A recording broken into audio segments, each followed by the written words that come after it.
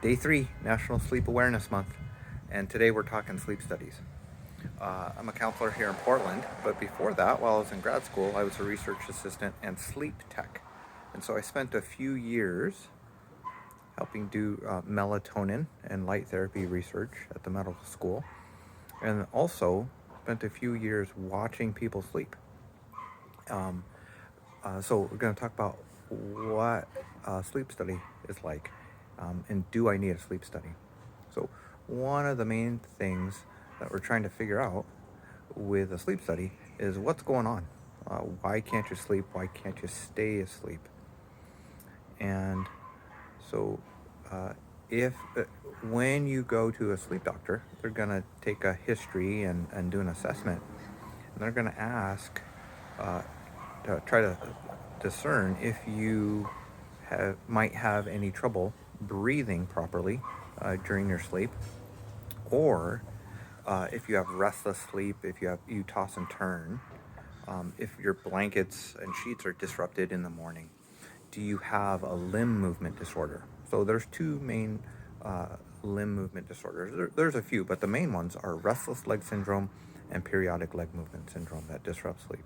So restless leg syndrome, the difference is restless leg syndrome is a disruption in wanting to move your feet, being uncomfortable, uh, being restless, feeling pins and needles. Sometimes it feels like that. Sometimes it can feel just like the urge and desire to move and stretch and not inability to get comfortable. Sometimes it can feel like water is trickling through your legs, or electrical shocks going through your legs. And so restless leg syndrome happens when you're awake and prevents you from sleeping or staying asleep. Periodic leg movement syndrome are twitches and kicks in your limbs when you're when you're asleep, and so it fragments your sleep. It either pops you out of the deeper stages of sleep, or it can wake you up, and they can happen as frequently as every 30 seconds. Um, and so those are the two main ones. Less common is uh, re- uh, REM behavior disorder, which is when you act out your dreams. Uh, and so if your arms and legs flail, that's more of a symptom of REM behavior disorder, or it could be due to snoring and sleep apnea. Uh, so, a sleep study, you check in to the sleep lab. They get you comfortable, have you get in your PJs, and they'll sit you down, and then connect a bunch of electrodes to your scalp. And it's not a full a set or montage of EEG, like if you're testing for seizure, but it's more of a limited set of electrodes, but it's still about 10 or 15 electrodes to measure your brain patterns, measure your sleep stages and depths of your sleep on your brain. They'll put a couple of electrodes on your eyes to see rapid eye movement in the dreaming stage of sleep. They'll put a couple on your chin, 4 on your chin, to see if you're clenching and grinding your teeth. So it measures bruxism during your sleep. But that's mainly for muscle tension to also determine whether or not you're in REM. Our brain patterns are very active in REM, and it can look like you're awake, but if your muscles are paralyzed and your eyes are moving, then that means you're in REM, you're asleep. They'll put EKG leads to measure your heart rate. Your heart rate can go up and down when you have sleep apnea or snoring. They'll put a band around your chest and your abdomen to measure your respiratory rate and the depth of your breathing.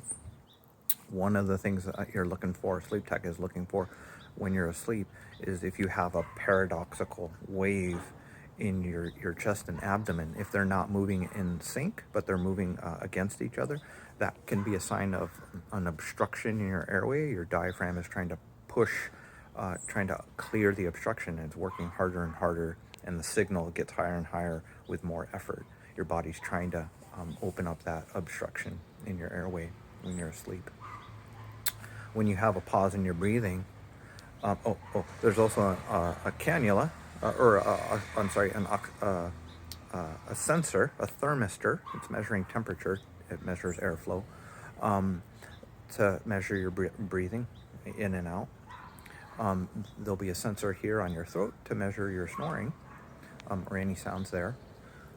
And if you have a flat line, pause in your breathing for at least 10 seconds, or a 50% reduction in your airway for 10 seconds, and then a drop in your oxygen level of 4% or more, then that's scored or counted as an apneic event. And so what we do we're collecting this data throughout the night, and we're trying to measure how many times you stop breathing or have a blockage or narrowing of your airway per hour. And so what's considered normal is 5 or less. What's considered low is like 5 to 15 disruptions per hour. 15 to 30 is moderate, and then 30 or above is higher. They may have changed those guidelines. I haven't been in the sleep lab for many years, but that's what it was when I was a tech. But can you imagine waking up every 30 seconds, or I'm sorry, 30 times an hour every 2 minutes is considered severe. And I've seen folks with AHI, apnea hypopnea index, disrupted sleep, like more than 1 a minute, 60 or higher. I've seen 115, where they're waking every 30 seconds, every 45 seconds. Now that's really severe. Waking up every 2 minutes is considered severe. But people that have apnea don't realize they're waking up every 2 minutes. They don't fully come conscious, because you might only wake for half a second or 3 seconds, and so you may not realize you're waking up so often, but you'll feel half awake, like your brain doesn't turn off, and you're tossing and turning. You might misperceive sleep. You might think that you're awake when you're actually asleep. All of these things is what a sleep study is trying to diagnose and record and document. And so you get connected with electrodes. There'll be a few on your legs to see if you're twitching and kicking your legs. Sometimes if you have periodic leg movement syndrome, if you have your blankets on, someone outside looking in may not see the leg movements. So your blankets might not be disrupted, but on the EEG, the signal, you're seeing the kicks. And so it's kind of like when you have periodic leg movement syndrome, it's like someone's pulling on your, like if you had a string on your toe and someone's just pulling on your toe every 30 seconds. So you sleep, but you're not getting good quality sleep. You're going to wake up feeling tired. You're going to be tired during the day. So the sleep studies are looking for medical disruptions of your sleep. If you can't turn your brain off and wake up and spend 2-3 hours awake during the night, they're probably not going to order a sleep study straight away unless there's some evidence or observation from your friends or family that you might snore or have apnea. And so, if you snore, like you wake yourself snoring, you hear yourself snoring, you wake yourself gasping or snorting, and you wake up short of breath and your heart's pounding and you're sweating, even if someone's not observing you, they might send you to the sleep lab to have a sleep study. So, you have all these electrodes, and they bundle them up into a box, an amplifier, and then connect you to a cable that goes through the wall to the control room. And then the sleep tech turns on the infrared camera. They're watching you on video, and then also watching you on the monitor, all these electrical signals that are going on. Some sleep labs, they'll measure you all night and observe you all night. Some, if you after 2 to 3, 4 hours, it's obvious that you have sleep disordered breathing, you have trouble breathing during your sleep, then they do a split night study, which is the first half diagnosis. The second night, they're going to uh, try the CPAP machine on you. The CPAP machine to kind of eliminate snoring, open up your airway, and improve your oxygen levels. And the so they may come in and have you put on the machine and have you go back to sleep and try to and then try to find the right pressure or setting so that it fixes your breathing problem. Um, some some folks, they don't have snoring and apnea too too often, or it gets worse in the second half of the night when we go into the REM stage of sleep. And so sometimes they run out of time to squeeze everything in. So they may have you do two nights of sleep study, like a diagnostic and then a treatment. So that's the old days. Like, I was a sleep tech 20 years ago. These days, they have home sleep studies where you don't have to go into the sleep lab to sleep and be tested. A few years ago, probably 6, 7 years ago, when I got my CPAP machine, I did a home sleep study. So the home sleep study, they'll give you a little box of equipment. It still has the oxygen sensor. I forgot to mention that. Full sleep study, home sleep study, you do an oximeter, the little oxygen probe on the tip of your finger to measure your oxygen level going up and down. And so what's nice about that is it's not brain patterns. There's no EEG info. They're measuring oxygen level still, heart, breathing, and snoring to rule out snoring and apnea. So that it's the sleep study in the lab is more comprehensive. It gives us more data. So for example, if you have chronic pain or fibromyalgia and it's disrupting your sleep, that shows up on the EEG patterns in a full sleep study. Doing the home sleep study where you're measuring snoring, it's not going to figure that out or determine that. But the home sleep study, you get to sleep in your own bed. So that's a little more comfortable. Sometimes if you have a history of not sleeping well in unfamiliar places, like at a hotel or a friend's house, sometimes a doctor will prescribe a sleeping pill to help you sleep well the night of your sleep study. Because, we don't want you to sleep 3-4 hours and not get enough data.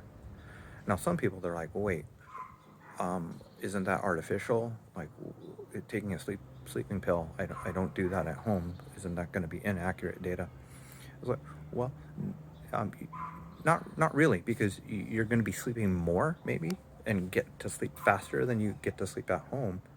But what we're trying to measure is what happens when you're asleep.